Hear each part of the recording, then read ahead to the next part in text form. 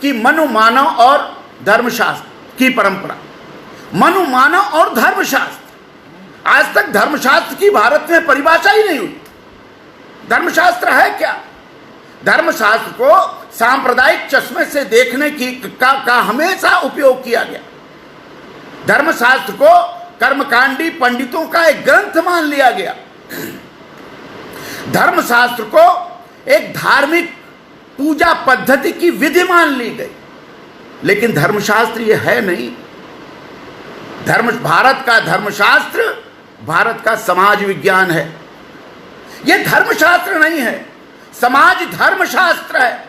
इसका नाम समाज धर्मशास्त्र है। यह समाज के धर्म को व्याख्यायित करता है। यह इसका रूप वैश्विक है। यह विश्व की मानवतावाद को व्याख्यायित करता है। समाज धर्मशास्त्र भारत की आत्मा है। इससे पता चलता है कि भारत के लोग कितने विराट रहे हैं, भारत के लोग कितने उदार रहे हैं, भारत के लोग कितना मानवीय रहे हैं। भारत के लोगों का हृदय समुद्र से भी बड़ा हृदय है, जिसमें पूरी दुनिया समा जाती है। ऐसा समाज बनाने का सपना धर्मशास्त्रों ने देखा है। इन धर्मशास्त्रों की व्याख्या न तो संस्कृत के पंडितों ने की, न तो संस्कृत के विद्वानों ने की। कभी धर्मशास्त्र की व्याख्या स्वतंत्रता संग्राम आंदोलन के समय में हुई थी। पीवी काणे ने हिस्ट्री ऑफ धर्मशास्त्र के नाम से एक किताब लिखी।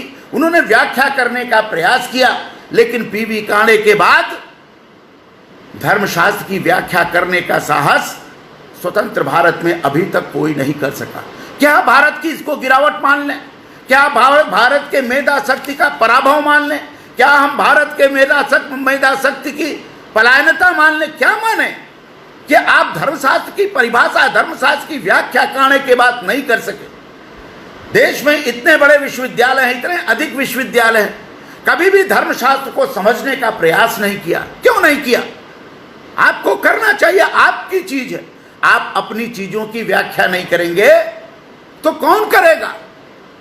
जर्मनी के लोगों ने धर्मशास्त्र की व्याख्या की, ब्रिटिश लोगों ने धर्मशास्त्र की व्याख्या की, पश्चिम के अनेक विद्वानों ने धर्मशास्त्र की व्याख्या की, और भारत में सिर्फ एक पीवी काणे ने धर्मशास्त्र की व्याख्या की। मतलब धर्मशास्त्र को हमने अपने ज्ञान परंपरा से निकालने का प्रयास किया। अब चाहे उसका रूप जो भी हो, चाहे उसका वैचारिक अधिष्ठान जो भी हो, चाहे उसका वैचारिक संस्कार जो भी हो, ये मैं नहीं कह सकता, लेकिन भारत के धर्मशास्त्रों का अध्ययन करने की परंपरा वर्तमान भारत में अभी तक लुप्त ही है, ऐसा मैं मानता हूं। तो सेमवाल जी, बहुत बहुत धन्यवाद। आपने धर्मशास्त्र के इस विषय को चुना और मुझे दिया। मैं इसके साथ कितना न्याय कर पाऊंगा यह मैं नहीं कह सकता, लेकिन आपके आदेश का पालन करते हुए मैं इसकी व्याख्या जरूर करने का प्रयास करूंगा, क्योंकि धर्मशास्त्र हमारे हृदय की चीज है, जो मेरे हृदय में बसती है, जो मेरे हृदय से उच्छ्वास निकलता है, जो मेरे हृदय से उद्वेग निकलता है, वही धर्मशास्त्र है।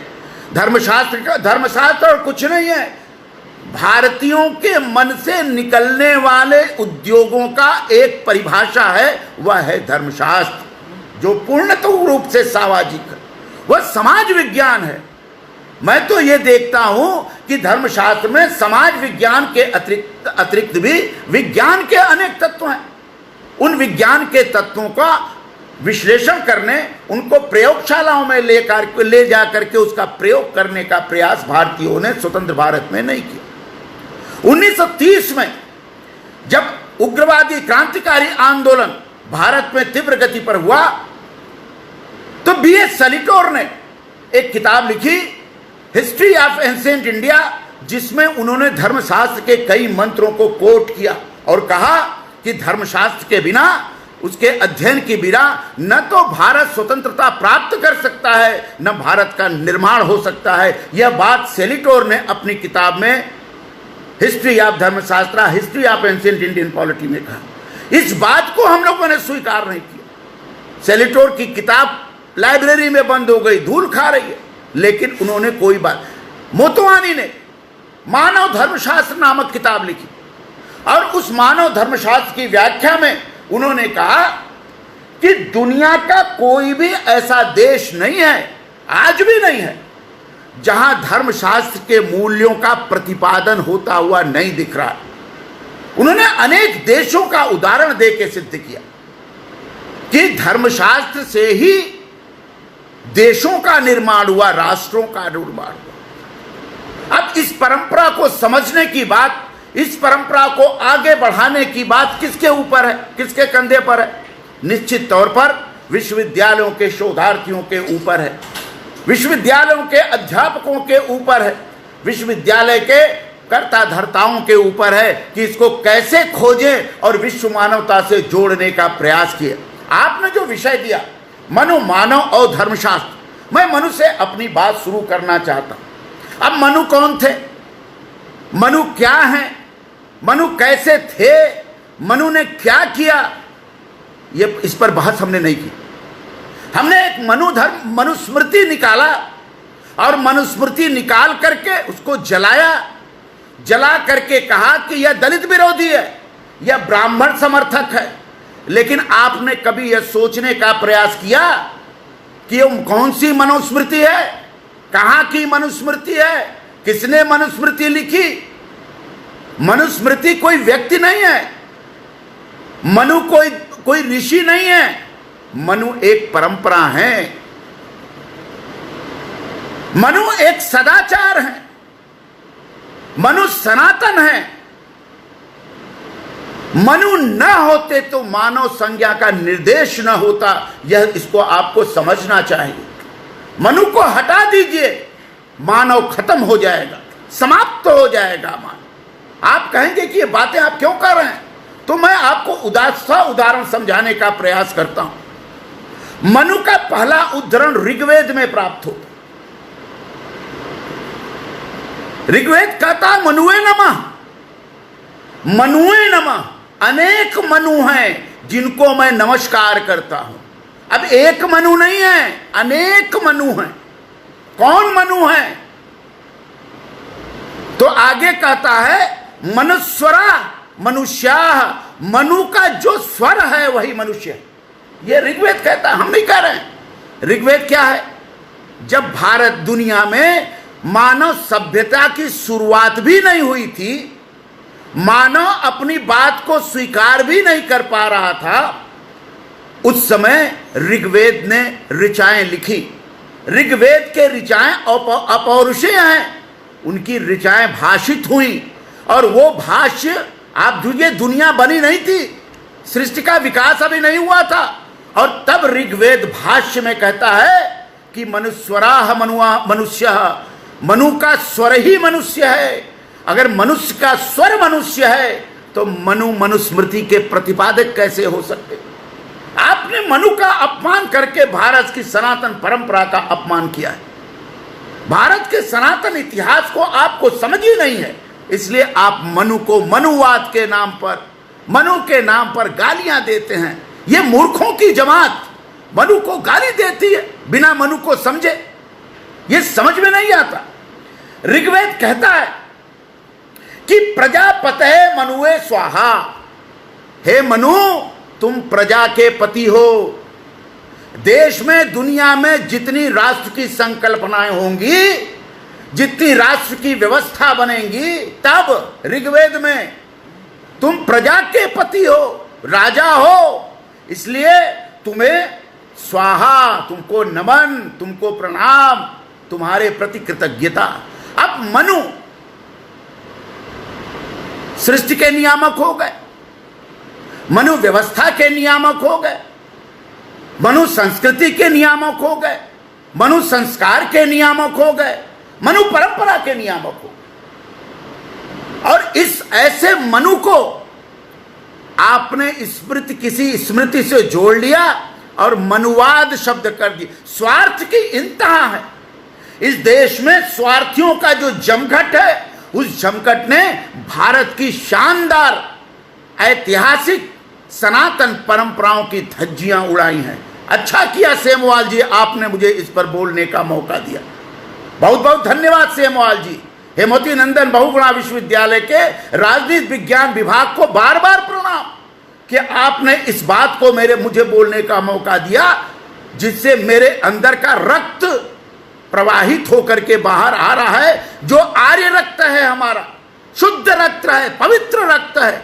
उस रक्त ने उछाले मारा है और उस पर अपनी बात कहने का आपने अवसर दिया, फिर धन्यवाद आप। अब आप देखिए, मनु ना होते, ऋग्वेद कहता है कि मनु ना होते तो मानव की संज्ञा का निर्देश ना होता। मानव की संज्ञा मानव किसने बनाया? मानव आया कहां से, जिसको ह्यूमन कहते हैं, आपने अंग्रेजी में उसका ह्यूमन शब्द कर दिया। यह मानव शब्द आपसे कहां से आए? यह मानव शब्द देने का की उपलब्धि भारत को प्राप्त है, ऋग्वेद को प्राप्त। और मनु से मानव की संज्ञा का निर्देश होता है। मनु ही मानव है और मानव ही मनु है, क्योंकि मनुस्वराय मनुष्या, मनु का स्वर ही मनुष्य। यह कोई किताब नहीं है, यह परंपरा है जो जीवन की संकटाग्रस्त कंटकाकीर्ण मार्गों पर चल करके और अनुभव से इसका प्रकटन होता है। यह कलम से इसका प्रकटन नहीं होता, अनुभव से इसका पर प्रकटन होता है।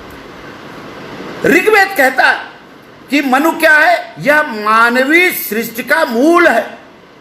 मनु कोई ऋषि नहीं है, व्यक्ति नहीं है। मनु एक शब्द है जिससे मानवीय सृष्टि का बोध होता है। यह सृष्टि में कौन है? सृष्टि में मानव है, विभिन्न प्रकार के जीव हैं, पेड़ है, नदी है, पहाड़ है, अंतरिक्ष है। ये सारे हमारी सृष्टि है। इस सृष्टि में जो बोध होता है वह बोध सृष्टि पुरुष का बोध करता है। मतलब दुनिया में सृष्टि के निर्माण के समय एक सृष्टि पुरुष हुआ जो भारतीय है, जिसको आप दूसरे शब्दों में आर्य कहते हैं। यह सृष्टि पुरुष है, मनु सृष्टि पुरुष है। उन्होंने सृष्टि की रचना की है। इसलिए मनुवे प्रजापते मनुवे स्वाहा, हे प्रजापति मनु तुम्हें नमस्कार। इसी से मानव संज्ञा का निर्देश होता है। मनु के आधार पर ही मानव की संज्ञा का निर्देश होता है। मनु मूल रूप से वैवस्वत का माने जाते हैं, वैवस्वत। मनु मूल रूप से स्वयंभू माने जाते हैं। मनु की उत्पत्ति स्वयंभू हुई, प्रकृति ने उसको पैदा किया। तो मनु की मां कौन हुई? प्रकृति हुई। मनु की मां प्रकृति हुई, इसलिए वे स्वयंभू हैं। मनु अदिति के पुत्र हैं। अदिति कौन है? एक नक्षत्र है जिसके पुत्र हैं। वो वैवस्वत है, वो विश्व में फैले रहते हैं। दुनिया उनकी पुत्रता, उनके पैतृत्व को स्वीकार करती है। वे वैवस्वत हो जाते हैं और उनके उत्पन्न होने वाली सारी की सारी सृष्टि दैवी है, स्वयंभू है।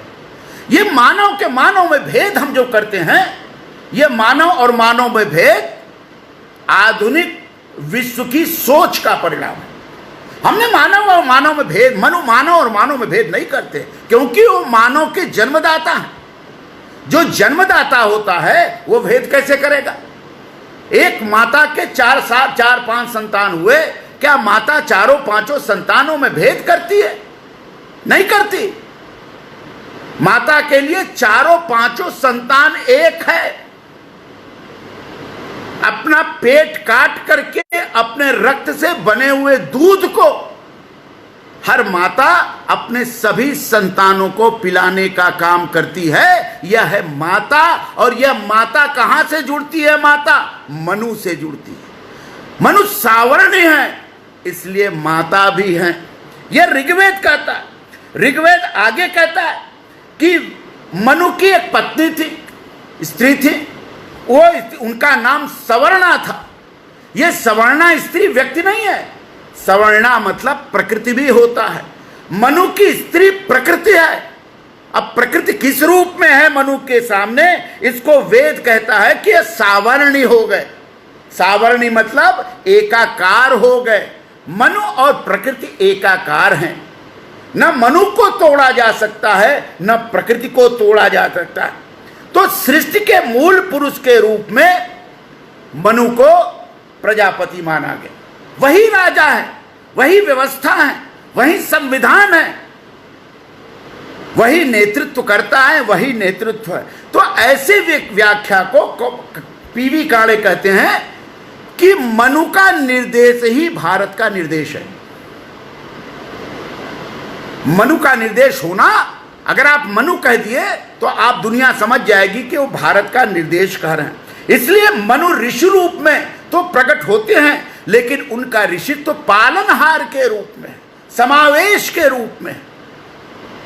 कैसे ऋषि है मनु? अगर मनु का, कई जगह मनु का नाम ऋषि के नाम के साथ जुड़ा ऋग्वेद में, तो अलग अलग मनु, लेकिन वो कैसे ऋषि हैं? जो पालनहार हैं।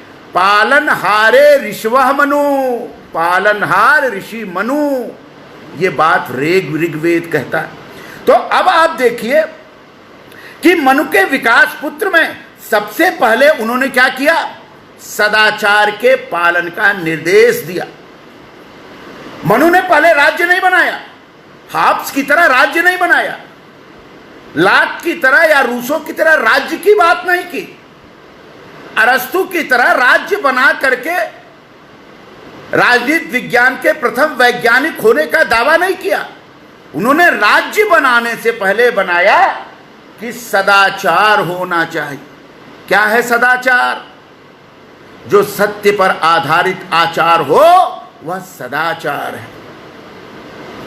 झूठ पर आधारित आचार पाखंड है। झूठ पर आधारित आचार ध्वंस का प्रतीक है। झूठ पर आधारित आचार मानवता को नष्ट करने का बम है, परमाणु बम है। मनु कहते हैं कि मुझे पहले सदाचार चाहिए, सत्य पर आधारित आचार चाहिए। अगर व्यक्ति अपने शैशव काल से ही सदाचारी हो जाए, सत्य पर आधारित अपने जीवन का उपाख्यान करने लगे, तब हिंसा क्यों होगी? तब आतंकवाद क्यों होगा? तब सामाजिक विघटन क्यों होगा? तब सामाजिक विखंडन क्यों होगा? तब जातिवाद क्यों होगा? तब रंग भेद क्यों होगा? क्यों होगा बताइए? नहीं होगा, हो ही नहीं सकता।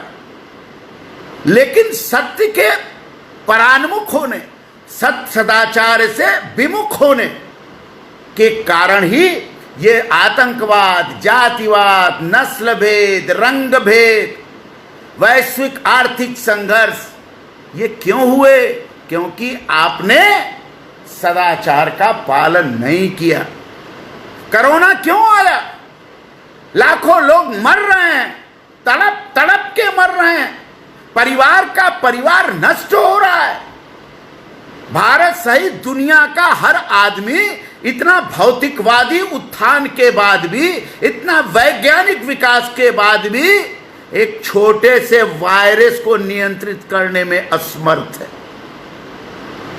छोटा सा वायरस जिसका न कोई अता है, न जिसका कोई पता है, न जिसका कोई रूप है, न जिसका कोई रंग है, आप दवा नहीं खोज पा रहे हैं। छोटा सा, ये प्रकृति का वायरस है, ये प्रकृति का परमाणु बम है। आपने प्रकृति के साथ सदाचार पूर्ण जीवन से अपने को मुक्त रखा, प्रकृति ने एक छोटा सा वायरस छोड़ दिया, आपका सारा का सारा विकास, आपका सारा का सारा वैज्ञानिक शोध धरा का धरा रह गया। आप कुछ नहीं कर पाए।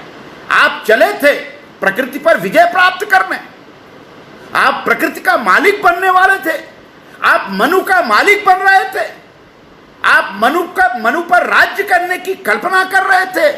लीजिए, मनु ने कहा, प्रकृति ने कहा कि लो, तुम हमसे बड़े नहीं हो सकते, कितना भी विज्ञान बना लो, कितना भी फार्मूले निकाल लो, कितना भी अंतरिक्ष में चले जाओ, ये हमारी कृपा है कि तुम जा रहे हो। हमारी भृगुटी टेढ़ी होगी, तुम समाप्त हो जाओगे, अस्तित्वहीन हो जाओगे, अस्तित्व ही समाप्त हो। ये मनु इस बात का निर्देश सदाचार के माध्यम से देते हैं। इसलिए मनु ने राज्य की कल्पना नहीं की, मनु ने सदाचार की कल्पना की। और सदाचार की कल्पना करने के रूप में उन्हें अथर्ववेद कहता है, यामर्थवा मनुस्मिता दध्यन्त धियमत्ननः, मतलब कि इसके कारण से मनु सदाचार के पालक हैं, सदाचार के उद्घाटन करता है। तो इस सदाचार के उद्घाटनकर्ता के कारण महाभारत उसमें कहता है, या विपुरा मनवे गातु मी सथु मनुपुत्रे भ दायम विभजत। वो श्रद्धा के पात्र, मनु श्रद्धा के प्राप्त है, मानव श्रद्धा का प्राप्त है। मनु और मानव में कोई भेद नहीं है, दोनों में श्रद्धा का भाव है। श्रद्धा ही रिश्तों को तय करती है, श्रद्धा ही रिश्तों को आगे बढ़ाती है, श्रद्धा ही परंपराओं को गतिमान करती है। तो इसलिए मनु को श्राद्ध देव के रूप में माना गया।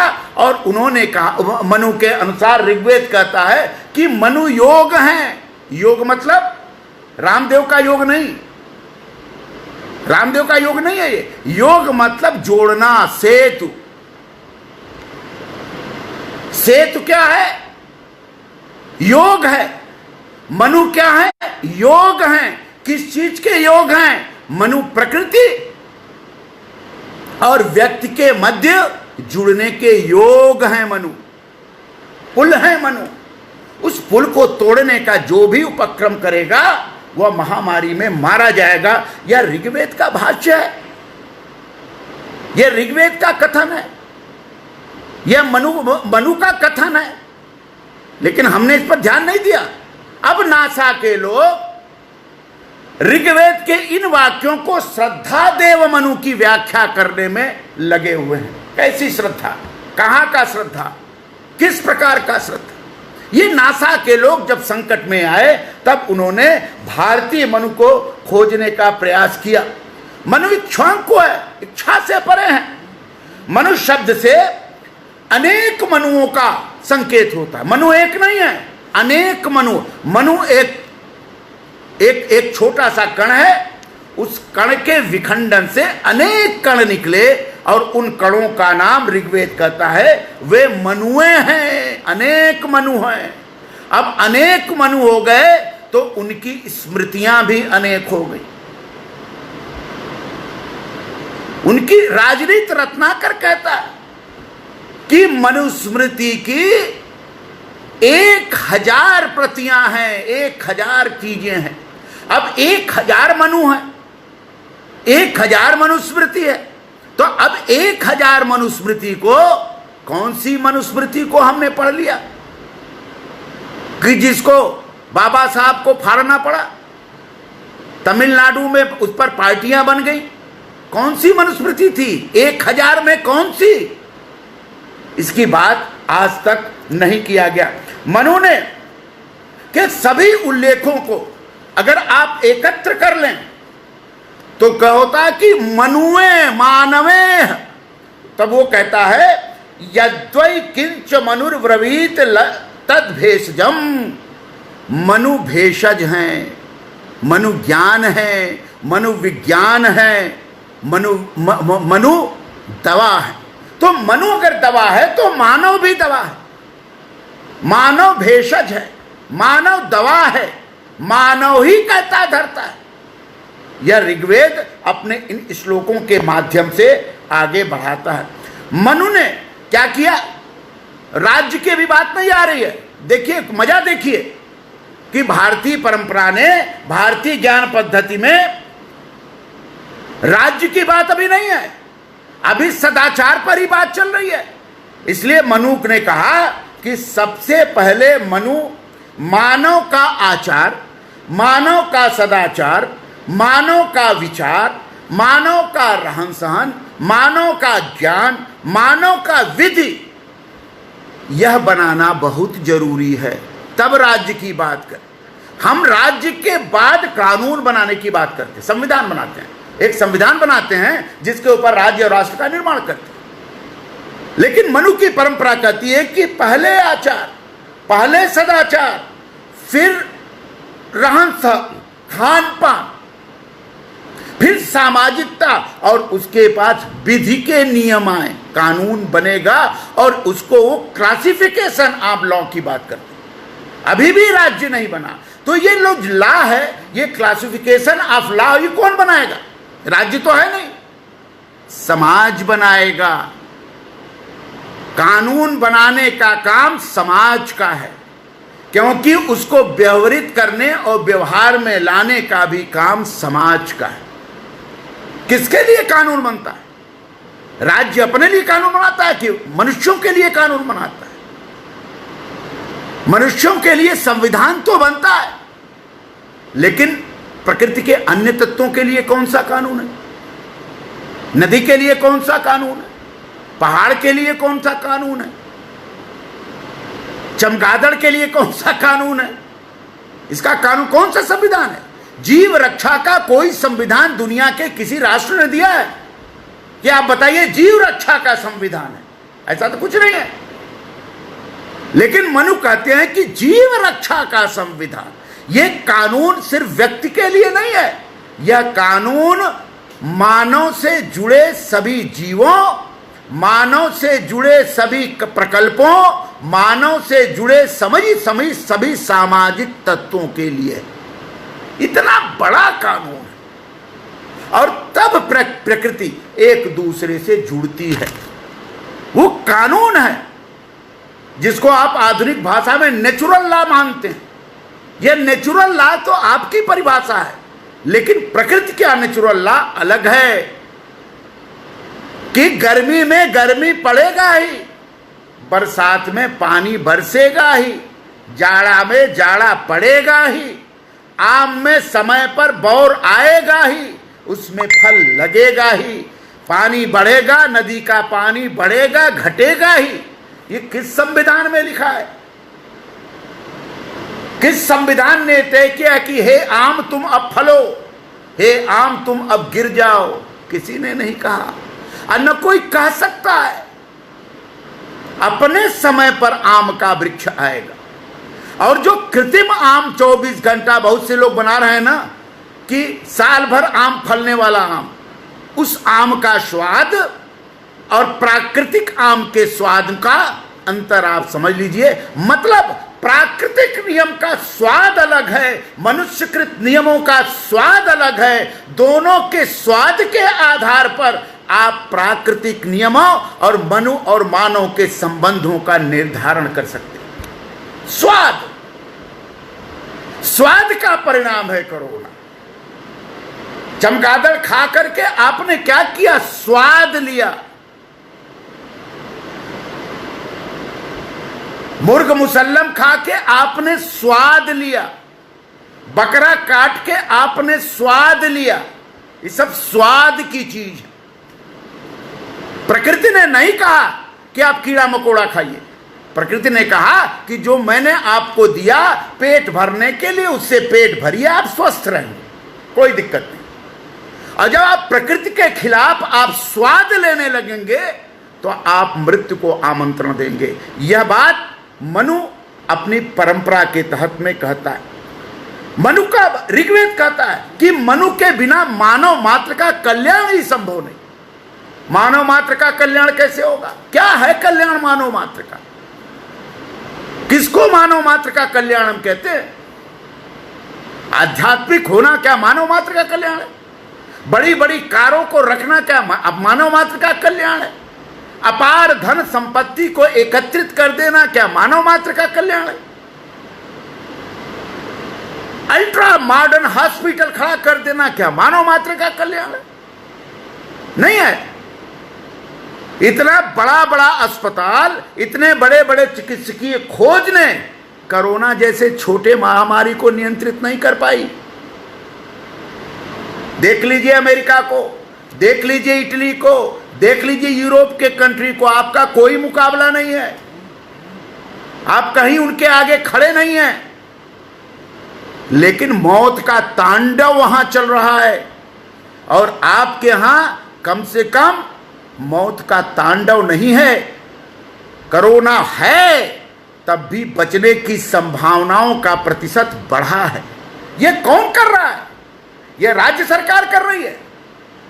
यह राज्य कर रहा है? नहीं, यह प्रकृति कर रही है। प्रकृति स्वयं भारतीय मानवों को नियंत्रित करती है। यही मनु के रूप में करती है। भारत का मनुष्य प्रकृति नियंत्रण मनुष्य है। यहां प्राकृतिक नियंत्रण होता है। यहां कोई भौतिकवादी या कृत्रिम नियंत्रण नहीं होता। आप देखिए, पानी का संकट आता है तो अभावग्रस्त लोग नाली का पानी ऐसे ही पी जाते हैं, उनको कुछ नहीं होता, कोई रोग नहीं होता, क्योंकि भारत की प्राकृतिक परंपरा का प्रवाह ने भारतीय व्यवस्था के, भारतीय जीवन की इम्यूनिटी सिस्टम को मजबूत किया। मनु इम्यूनिटी सिस्टम है। मनु क्या है? इम्यूनिटी सिस्टम है। उस इम्यूनिटी सिस्टम की वृद्धि होने से कोई महामारी उस पर असर नहीं करे।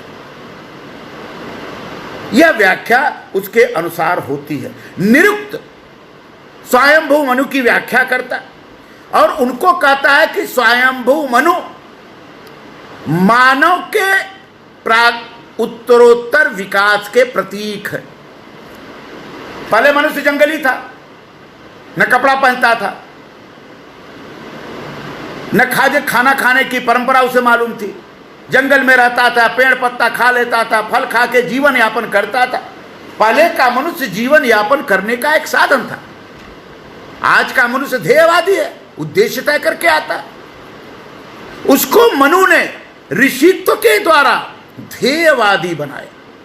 पूरी दुनिया को के मानव को ध्येयवादी बनाने का की जो परंपरा है, जो ज्ञान है, वह स्वयंभू मनु के द्वारा प्रस्तुत होती है और यह प्रस्तुतिकरण भारत की ख्याति है।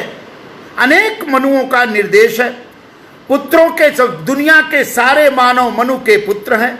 मनु प्रामाणिक हैं। मनु प्रामाणिक नहीं, मनु संतानोत्पत्ति के कारक भी। इसलिए मनु आचार प्रकट करते हैं कि ऋतुमती होने के बाद अगर कन्या का विवाह पिता करता है तो वह वैज्ञानिक नहीं है। ऋतुमती होने के बाद विवाह का निषेध किया मनु ने। और अब विज्ञान, चिकित्सा विज्ञान बताता है कि ऋतुमती होने के बाद विवाह और ऋतुमती होने के पहले के विवाह पर, संतान पर क्या असर पड़ता है, यह आप चिकित्सा विज्ञान से पूछिए, वो आपको बताएंगे। मनु ने, महाभारत ने अपने पूरे ग्रंथ में 24 मनुओं का नाम लिया। मतलब 24 महाभारत के अनुसार पूरे सनातन भारत में 24 प्रकार के मनु हैं। 24 प्रकार के, दुनिया में 24 प्रकार के मानव हैं। 24 प्रकार के मनु और 24 प्रकार के मानव। अब ये 24 प्रकार के मानव कौन कौन से हैं, 24 प्रकार के मनु कौन कौन है, अगर हम इसकी व्याख्या यहाँ करने लगेंगे तो हम अपने विषय से भटक जाएंगे और इसकी व्याख्या करने में 1 महीने से अधिक समय लगेगा। इसलिए मैं महाभारत का संदर्भ देके कहता हूं कि दुनिया में 24 प्रकार के मनु हैं और 24 प्रकार के मानव हैं। 16 जो मानव हैं, मनु हैं, वो शुद्ध मानव हैं और 8 मानव शुद्धता से, सात्विकता से थोड़े नीचे हैं। उसमें एक प्राचेतस मानव है। प्राचेतस मानव मतलब ज्ञानवान प्रज्ञावान मानव, और वह मानव राजधर्म का निर्देश करता है। मनु से ही राजधर्म निकलता। राजधर्म का मतलब क्या है? Political science. धर्म मतलब विज्ञान। धर्म इज साइंस। जब राजधर्म की हम बात करते हैं तो लोग हंसते हैं, अरे राजधर्म है, ये कौन सा धर्म, तो सांप्रदायिक बात कर रहे हैं आप। धर्म का मतलब विज्ञान भी होता। लिखा हुआ है कि धर्मेन विज्ञानेन, धर्मेन ज्ञान विज्ञानेन अस्ति। धर्म ही ज्ञान और विज्ञान है। अब धर्म की व्याख्या को विज्ञान के आधार पर कैसे हो, यह सोचने की बात है। एक स्थान पर यह कहा गया, अब उसका उदाहरण मनु कैसे कहता है महाभारत, उसको समझाता है महाभारत, कि ब्रह्मा ने जब सबसे पहले मनु को पैदा किया तो मनु आ गए सृष्टि में, अकेले थे। मनु ने ब्रह्मा से पूछा कि प्रजापति महादेव, देव बताइए कि मैं क्या करूं, कैसे चलेगा सृष्टि, हम सृष्टि को बढ़ाएं कैसे। तो ब्रह्मा ने कहा कि बताता हूं कैसे बढ़ाएं। ब्रह्मा ने 1,00,000 अध्यायों का संविधान बना करके मनु को सौंप दिया। यह महाभारत कहता है और महाभारत ये साफ साफ घोषणा करता है कि जो कुछ भी महाभारत में है वही इस सृष्टि में है, जो कुछ भी महाभारत में नहीं है वो सृष्टि में नहीं है, वह उसकी कल्पना ही नहीं की जा सकती। तो अगर ब्रह्मा ने 1,00,000 अध्यायों का संविधान इस सृष्टि को दिया है और वही मनु को दिया, मानव को दिया है, तो वो संविधान कहां है? उस संविधान की खोज कैसे हो? उस संविधान में क्या लिखा है? तो संकेत मिलता है कि वह संविधान स्मृतियों के माध्यम से, शास्त्रों के माध्यम से प्रकट हुए। तो भारत में जितने भी शास्त्र हैं, जितनी भी स्मृतियां हैं, जितनी भी पुराण हैं, वो सारे के सारे पुराण विज्ञान है, ये महाभारत कहता है। पुराणों ने भी अनेक मनुओं का संकेत दिया। पुराणों ने 1800 मनुओं का संकेत दिया और पुराणों ने 1800 प्रकार के मानवों की बात की। महाभारत 24 मानव कहता है, पुराण 1800 मानव कहते हैं। 1800 मानव मतलब कि 1800 प्रकार के प्रकृतिगत मानवों का स्वभाव होता है। अगर दुनिया में प्रत्येक मानव के स्वभावों का अध्ययन किया जाए तो पुराणों के अनुसार 1800 प्रकार के मानव की प्रकृति होती है। महाभारत तो 24 ही कहता है, पुराण क्या क्या कहता है? 1800 प्रकार का। और यह मानव की प्रकृति सृष्टि का नियामक है, राजनीति का नियामक है, राष्ट्र व्यवस्था का नियामक है, संविधानों का नियामक है। संविधान मानवीय प्रकृतियों का एक प्रतीक है, समुच्चय है। यह पुराण कहता है। कल्प, मनवंतर, युग, ये किससे उत्पन्न हुए?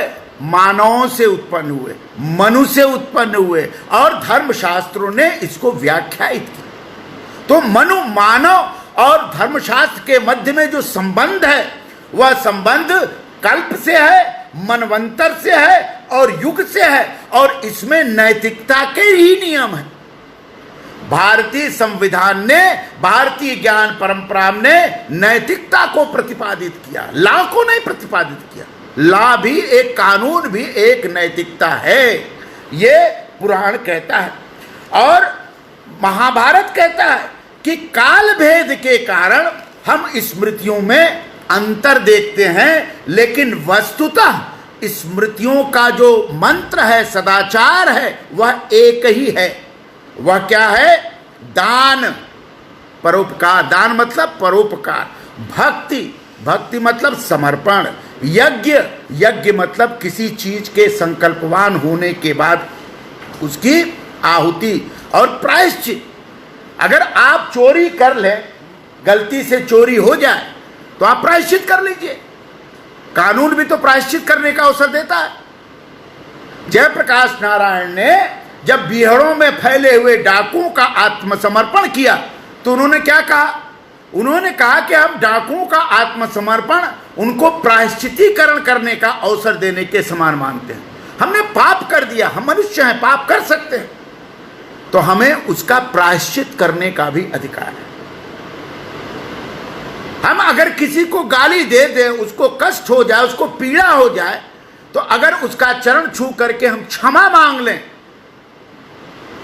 तो प्रायश्चित नहीं हुआ, प्रायश्चित हो गया, आदमी खुश हो गया। लेकिन हम क्षमा ही ना मांगे, हम अखंड पाखंड में जीवित रहें,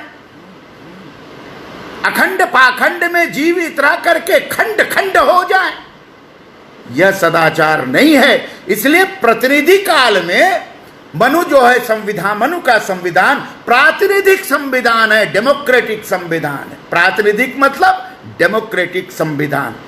इस आधार पर परंपरागत भारतीयों ने मनु को और भारतीय समाज को क्या माना? मनु, मानव और धर्मशास्त्र के आधार पर जो परंपरागत भारतीय हैं, परंपरागत मनु हैं, वो मानते हैं कि भारतीय ज्ञानमय है, विद्यामय है, संस्कारमय है। कितनी बड़ी बात। भारत का मनु या भारत का मानव क्या है? ज्ञानमय है, सदाचारमय है, विद्यामय है, परोपकारमय है और वसुधैव कुटुंबकमय है। ऐसे भारत पर जिसका ज्ञान ही मनवंतर की मनुवादी मनु परंपरा पर आधारित है, उस भारत पर 1000 साल तक गुलामी की जंजीरें पड़ी रही। इसका मतलब है कि भारत का मनु और मानव अपने पथ से विचलित हुआ, अपने पथ और परंपरा से विचलित हुआ। जब जब आप अपने पथ और परंपरा से विचलित होंगे, आपका मन, आपका मस्तिष्क, आपकी सोच परतंत्रता पूर्ण होगी। यह पुराण कहता है। पुराण ये कहता है, मनु का बृहस्पति स्मृति का एक श्लोक है। श्लोक में कठिन है, इस श्लोक को मैं अर्थ बताता हूं। वह 25 श्लोक संख्या 25 पर कहता है, बृहस्पति स्मृति कहता है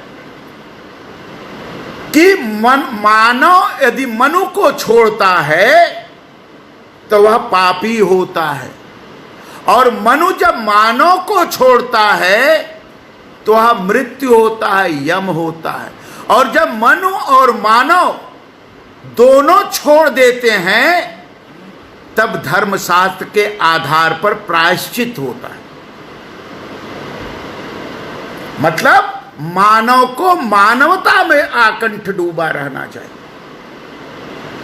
यह एम्नेस्टी इंटरनेशनल की मानवता नहीं है, यह वैश्विक मानवाधिकार नहीं है। ये मानवाधिकार के नाम पर ढपोर संकी नहीं है कि कश्मीर की हत्या में मानवाधिकार नहीं, आतंकवाद की हत्या में मानवाधिकार, यह नहीं है। ऐसा मानवाधिकार मनु नहीं मानते कि कश्मीर के कश्मीरी पंडित माने जाएं तो चुप हो जाएं और आतंकवादी मारा जाए तो मानवाधिकार का सवाल आ जाए। नक्सलवादी और तथाकथित बौद्धिक नक्सलवादी अगर देश के खिलाफ बात करें तो वहां मानवाधिकार आ जाए, और जो देशभक्त की बात करे वो मानवाधिकार की बात ना करे। सेना का जवान जब बलिदान दे, सर्वोच्च बलिदान दे, तो मानवाधिकार नहीं है। लेकिन सेना का जवान एक आतंकवादी को जीप पर बैठा करके अगर टहला दे तो मानवाधिकार का उल्लंघन हो गया। यह मानवाधिकार नहीं है, यह मानवाधिकार है संपृक्त मानवाधिकार, संपृक्तता पर आधारित मानवाधिकार। संपृक्तता किससे? प्रकृतिगत संपृक्तता, हृदयगत संपृक्तता, ज्ञानगत संपृक्तता, मानसगत संपृक्तता, यह है मानवाधिकार। इसलिए मनुष्य ही मानव अधिकार की व्याख्या होती है। मनुष्य ही मानवाधिकार की व्याख्या होती है। मनुस्मृति कहती है, विदुषा ब्राह्मणे नेदा मध्यते मध्य प्रयत्न शिष्य मत्स्य प्रवंत्यत्य सम्यक मानित केचिता। कौन सा मानवाधिकार? सम्यक आचरण का मानवाधिकार। और इसीलिए मनुस्मृति कहती है, एतद् देश प्रसूतस्य सका सादग्र जन्मना स्वम स्वम चरित्र शिक्षेरन पृथ्व्याम सर्वमानवा।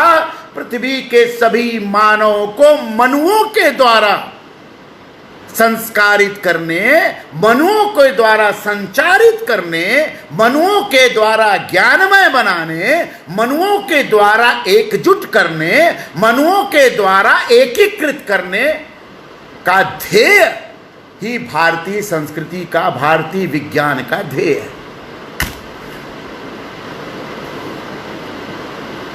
यह है ध्येय। सेमवाल जी इसकी व्याख्या कैसे होगी? आप ही बताइए, आपने तो विषय दे दिया। इस ध्येय की व्याख्या सेमवाल जी कितनी देर में हो? राजनीति विज्ञान का विद्यार्थी इस ध्येय को नहीं समझता। मल्टीकल्चरलिज्म, ह्यूमन राइट्स, न जाने क्या क्या विषय पढ़ता है, लेकिन संपृक्त मानवाधिकार पढ़ाने का कोर्स भारत के किस विश्वविद्यालय में है, यह मैं आपसे निवेदन करना चाहता हूं। संपृक्त मानवाधिकार, व्यष्टिवादी मानवाधिकार, सृष्टिवादी मानवाधिकार, जीववादी मानवाधिकार, संस्कार सदाचार परोपकारवादी मानवाधिकार, इसको कोर्स में ले आने का प्रयास करिए।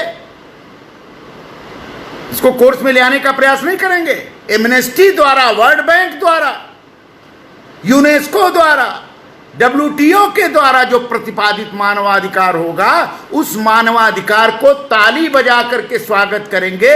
लेकिन संपृक्त मानवाधिकार, जो प्राकृतिक मानवाधिकार भारत का है, उसकी व्याख्या करने से आप परे हो जाएंगे। इसलिए भारत का हर भारतीय आज ज्ञानमय होने से बचता है। जब ज्ञान और तेजमय आप होंगे, तब संपृक्त मानवाधिकार की बात होगी। इसलिए भारतीयों ने कहा कि मनु सर्वज्ञ थे और सर्वज्ञ मानवतावाद की बात करते थे। सर्वज्ञ मानवतावाद, संपृक्त मानवतावाद, सर्वज्ञ मानवतावाद, यह मनु की परंपरा से निकलता है। इसलिए मनु का जो मनु की जो परंपरा है, मनु और मानव की परंपरा है, वह सदाचार निर्धारण के बाद क्या होता है, वैज्ञान, वेद शास्त्रविद, मतलब वेद विज्ञानविद सेनापतित्व का भाव, वेद विज्ञानविद राज्य का भाव, वेद विज्ञानविद दंड का भाव, वेद विज्ञानविद नेतृत्व का भाव, और यह भाव सर्वलोकाधिपत्य की संपत्ति है। सर्वलोकाधिपत्य, यह शब्द आपने सुना, सर्वलोकाधिपत्य मतलब विराट ये डेमोक्रेसी नहीं, सर्व समावेशी लोकतंत्रात्मक अधिपत्य,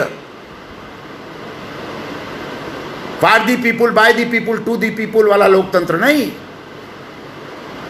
सर्वलोकाधिपत्य, संपूर्ण सृष्टि पर, संपूर्ण ज्ञान पर, संपूर्ण विज्ञान पर, संपूर्ण प्रकृति पर सर्वलोकाधिपत्य हो, सबका अधिकार हो,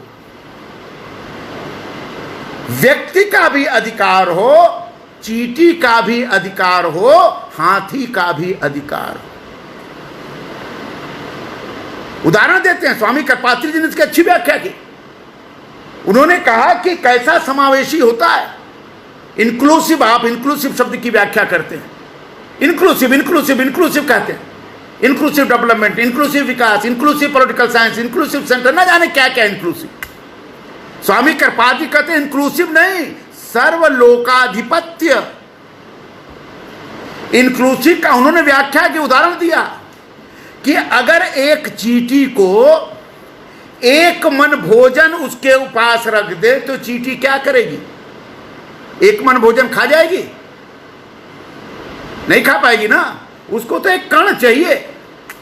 चींटी को एक कण चाहिए, और हाथी को अगर मन भर भोजन दे दे तब पर भी हाथी को पेट नहीं भरे, उसको मन चाहिए। तो सर्वलोकाधिपत्य की परिभाषा यह है कि चींटी को कण भर, हाथी को मन भर, यह है सर्व समावेशी, जिसको जितनी आवश्यकता, यही गांधी का ट्रस्टीशिप है। जिसको जितनी आवश्यकता उतनी ही आवश्यकता, आवश्यकता से अधिक लेना सर्वलोकाधिपत्य नहीं हो सकता। यह है सर्वलोकाधिपत्य की परिभाषा। अब मनु के आधार पर, मानव के आधार पर अनेक विद्वानों ने उसके काल गणना का प्रयास किया। हम काल गणना के विशेष मंतव्य में नहीं जाते हैं, लेकिन दो तीन शब्द आते हैं इसमें। मनुराह, मनुब्रवीत, मनुराशन। मनुराह मनु द्वारा कहा गया। कौन मनु द्वारा कहा गया? जो पहला मनु आया था उसके द्वारा कहा गया। मनु ब्रवीत, जो पहला मनु आया था उसके द्वारा बोला गया। मनुरनुशासन, जो पहला मनु आया उसका अनुशासन, सदाचार, श्रद्धा, परोपकार, कल्याण, वैश्विकता, कुटुंबता, यह जो कहा गया वह आचरण ही मनु, मानव और धर्मशास्त्र का मूल है। पुराण के अनेक टीका ग्रंथ ने मनु, मानव और धर्मशास्त्र की व्याख्याएं की है। मनुष्यता के आधार पर व्याख्या की। उसके आधार पर भृगु ने, नारद ने, बृहस्पति ने, अंगिरस ने मनुराह को, मनु के कहने के वचन को संग्रहित किया। अगर उसको मान लें तो भृगु संहिता, भृगु स्मृति, नारद स्मृति, बृहस्पति स्मृति, अंगिरस स्मृति, अनेक स्मृतियां हैं। आइए मनु के द्वारा कहे गए वचन का संचलन करते हैं और उस संचलन के आधार पर मानव को निर्देश करते हैं कि कैसे रहो, कैसे खाओ, कैसे पियो, कैसे जियो, कैसे संतानोत्पत्ति करो। यह सब अनुशासित है, इस सबका अनुशासन है। इसलिए ऋग्वेद ने मनु के स्मृति की बात नहीं की। मनुस्मृति जिसका विखंडन करते हैं, उससे मनुवाद निकालते हैं, उसको जलाते हैं, उस मनुस्मृति का संबंध ऋग्वेद के मनु से नहीं है। ऋग्वेद का मनु तो पहला का मानव है और उससे जो चीज निकलती है वह मानव धर्मसूत्र निकलता है, मानव धर्मशास्त्र निकलता है। मोतवानी ने इन मानव धर्मशास्त्र और मानव धर्मसूत्र की बात की है। मानव धर्मशास्त्र और मानव धर्मसूत्र की बात की है और कहा कि मानव धर्मशास्त्र और मानव धर्मसूत्र क्या है? ये मानव को जीने की कला सिखाने का अनुशासन है, विज्ञान है। जो भी संकट दुनिया में है, सामाजिक विखंडन, जो भी जितनी भी प्रकार की हिंसा है, जितने ही प्रकार का विभेद है, सारा का सारा विभेद इसलिए है कि हमने मानव सूत्र और मानव धर्म सूत्र, मनु ब्रवीत द्वारा प्रतिपादित मानव धर्म सूत्र और मानव धर्मशास्त्र, दोनों के आधार पर, दोनों के मूल्यों के आधार पर न राष्ट्र को संचालित किया न मानव को संचालित किया।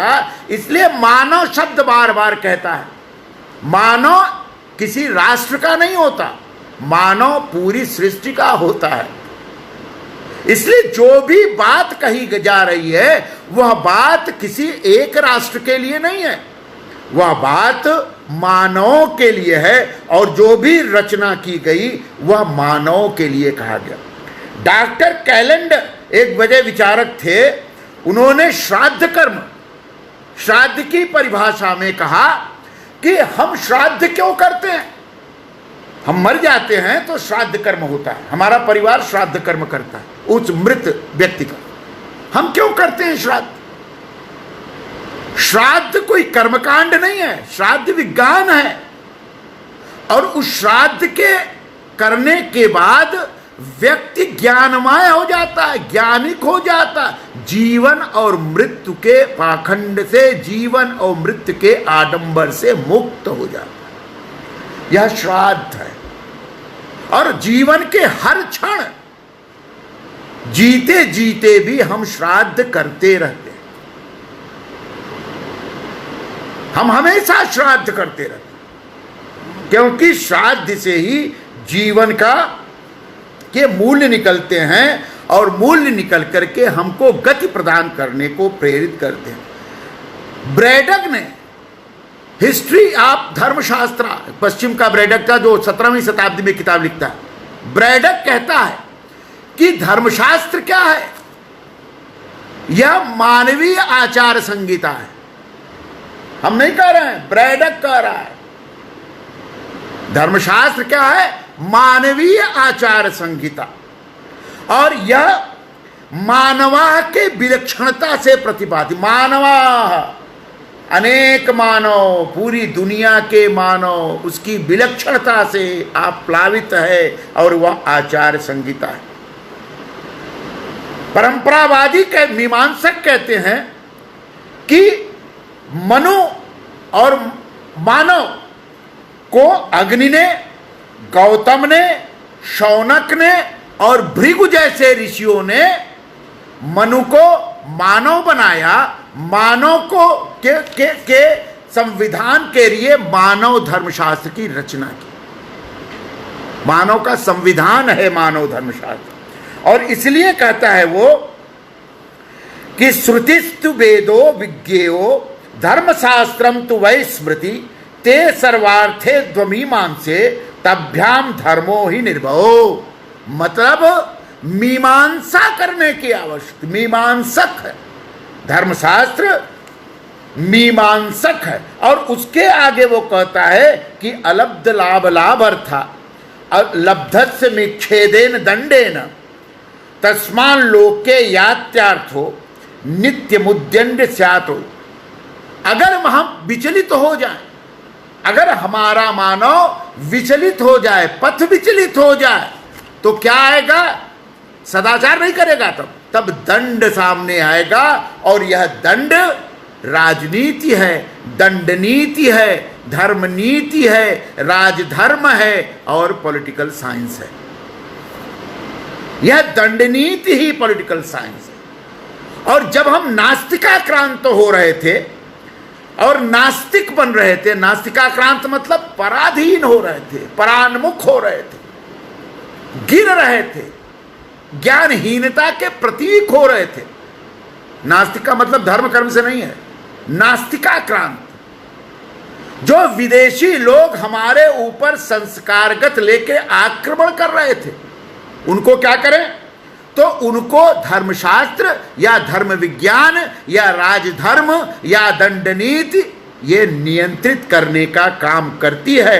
और उस नियंत्रण करने में हिंसा नहीं होती, तार्किक होती है, तर्क होता है, प्रेम होता है, अपनापन होता है। इस आधार पर नास्तिकाक्रांत होने वाले मानव को हम प्रेममय मानव में परिवर्तित करने का काम करते हैं। भारत में मामूली आक्रमण हुए, कितनी जातियों ने भारत में घुसपैठ की, इस्लाम भी भारत में आया, चीनी भी भारत में आए, न जाने कितनी जातियां भारत में आई। और भारत में अगर उन जातियों का मूल खोजे तो नहीं मिलेगा। सब नास्तिकाक्रांत लोग आए और उस नास्तिकाक्रांत विदेशी जातियों को हमने क्या किया?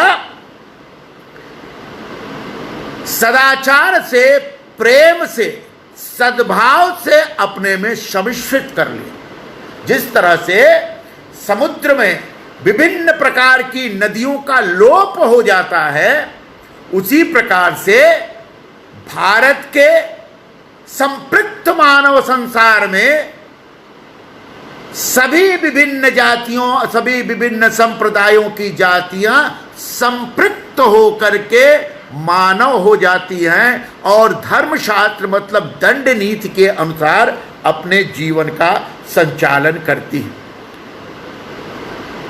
इस मानव धर्मशास्त्र को कल्पसूत्र ने परिवर्तित किया। अब कल्पसूत्र क्या है? कल्पसूत्र एक ज्ञान की परंपरा है जिसमें इस धर्मशास्त्र की मनु मानव और धर्मशास्त्र की परंपरा की व्याख्या की जाती है। अब हमने पीबी काणे का हिस्ट्री ऑफ धर्मशास्त्र का संकेत किया। एक रंगास्वामी अयंगर हुए जिन्होंने aspect of social and political system of धर्मशास्त्र लिखा। Aspect of social and political system of धर्मशास्त्र में लिखा कि मनु मानव और धर्मशास्त्र से ही विश्व चलता है। अब इसकी व्याख्या अलग हो गई, तो अद्भुत किताब है। उस किताब की हम कल्पना नहीं कर सकते, उसकी व्याख्या करेंगे तो और समय लगेगा। मनु मानव और धर्मशास्त्र ही विश्व की सृष्टि संचालन करने का आधार है। यह रंगास्वामी अयंगर ने aspect of social and political thought of धर्मशास्त्र में लिखा। यह किताब है 1930 में छपी और लखनऊ से छपी। इस किताब का नाम है। अब आप देखिए कि आगे लिखते हैं कि ये सब टूटते कैसे हैं। वो स्वयं मानव धर्मशास्त्र लिखता है, यद्राष्ट्रम शूद्र भूयिष्ठ नास्तिकाक्रांतमज्जवनम विनश्यस्तासु तत्कृत्यम दुर्भिक्ष व्याधि पीड़ितम। नास्तिकाक्रांत जब राष्ट्र होता है तो क्या होता है?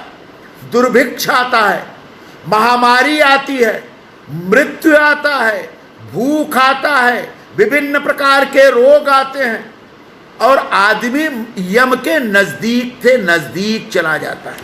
तो क्या मान लिया जाए कि वर्तमान भारत में जो कोरोना युग है वह नास्तिकाक्रांत भारत का युग है? अब इसकी भी परिभाषा है, वो साफ साफ लिखा हुआ, नास्तिकाक्रांत राष्ट्र। अमेरिका के नास्तिकाक्रांत होने का संकेत मिलता है, क्योंकि अमेरिका ने प्रकृति पर विजय की कल्पना की तो नास्तिकाक्रांत हुए।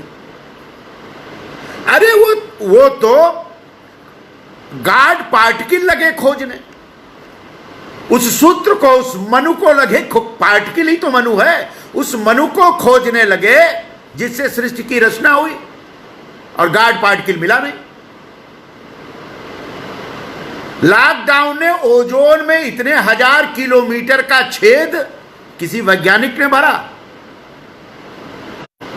मानवीय वैज्ञानिक ने जाके सीमेंट और बालू लेकर के उसको भरने का काम किया, अपने आप भर गया। मौसम में परिवर्तन आ गया, नदियों में परिवर्तन आ गया, वृक्षों की हरितमा में परिवर्तन आ गया, लोगों की सोच में परिवर्तन आ गया। यह किसने किया? ये मानव धर्मशास्त्र के सूत्रों ने किया, अपने आप हो रहा। प्रकृतिगत शास्त्र ही मानव धर्मशास्त्र है, और प्रकृति ही मनु है, और प्रकृति से निष्पन्न जो तत्व है वो मानव है। ये सीधा सीधा बात मनुस्मृति वेद कहता है, और वेद आगे कहता है कि मानव धर्मशास्त्र के काल का निर्णय आप नहीं कर सकते, वह अकालिक है, बिना काल के है, जब से सृष्टि बनी तब से है। इसलिए B.N. मौंडलिक ने अपनी पुस्तक इंटरप्रिटेशन ऑफ मानव धर्मशास्त्र में कहा कि मनु, मानव और धर्मशास्त्र। B.N. मौंडलिक ने इंटरप्रिटेशन ऑफ मानव धर्मशास्त्र में कहा कि मनु, मानव और धर्मशास्त्र क्या है? सृष्टि का नियामक है, विज्ञान है, ज्ञान है, और इसकी प्रक्रिया में वैधानिक शब्दावलियां गढ़ी जाती हैं। के.पी. जायसवाल ने हिंदू पॉलिटी में लिखा कि मनु दैवी है, मानव दैवी है, मानव धर्मशास्त्र दैवी है। इसका निर्माण नहीं हुआ और इसलिए इसका संचालन भी दैवी तत्वों से होता है। और इन प्रक्रियाओं के कारण जो मनु है, मनु की परंपरा है, मानव धर्मशास्त्र है, उसको दुनिया ने स्वीकार भी किया है। कुछ उदाहरण आपके सामने रखना चाहूंगा कि दक्षिण पूर्व एशिया में मानव धर्मशास्त्र का प्रसार था। चीन, फार्मोसा, फिलीपींस, न्यूजीलैंड, दक्षिण पूर्व एशिया में मानव धर्मशास्त्र का प्रसार, उसके मूल्य आज भी मिलते हैं। सुमेरिया में मानव धर्मशास्त्र के मूल्य मिलते हैं। 1925 से 1926 में फ्रांसीसी विद्वानों ने यह निष्कर्ष निकाला कि प्राचीन चीन की अनेक जातियों में मानव धर्मशास्त्र का प्रभाव था। प्राचीन ईरान में मानव धर्मशास्त्र का प्रभाव आज भी दिखाई पड़ता है। प्राचीन मिस्र में माइनोस और मनेयस जैसे शब्दों से मानव धर्मशास्त्र का बोध होता है। श्याम में, कंबोडिया में, म्यांमार में आज भी मानव धर्मशास्त्र के कई मूल्य दिखाई पड़ते हैं। बर्मा में, थाईलैंड में मानव धर्मशास्त्र के मूल्य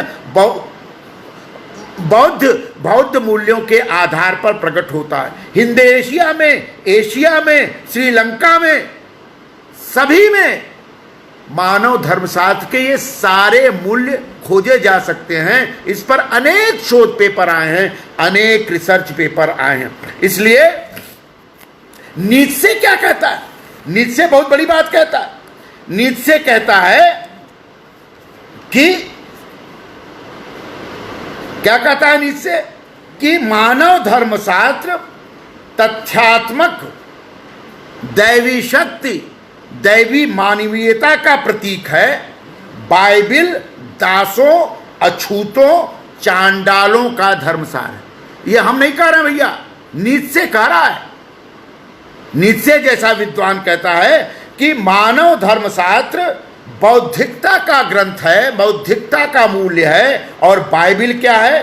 दासों का, अछूतों का, चांडालों का धर्मसार है। मानव धर्मशास्त्र से विजयी मानव जाति का इतिहास बनता है और बाइबिल से शोषणवादी मानवता पैदा होती। ये नीत्शे कहता है। श्रीमती HP ब्लेवेस्की ने आइसिस अनवेल्ड में नामक किताब में लिखा कि मानव धर्मशास्त्र दुनिया की विधि संहिताओं का आधार है। तो हमने आपका 15 मिनट, अभी तो और था, 15 मिनट का समय अधिक ले लिया। आपने मुझे विषय दिया था मनु मानव और मानव धर्मशास्त्र। मैंने मनु मानव और मानव धर्मशास्त्र की भरसक व्याख्या इतने समय में करने का प्रयास किया, लेकिन ये कण है, सूत्र बस है। इसकी व्याख्या करना हमारे वश का नहीं है। लेकिन ये तय है कि ये जो विषय है, यह विषय ज्ञानमय भारत, परोपकारमय भारत, मानवीयमय भारत, सदाचारमय भारत, कुटुंबमय भारत, सद्भावमय भारत, शांतिमय भारत का आधार है। और इस आधार को हमें खोजने की जरूरत है।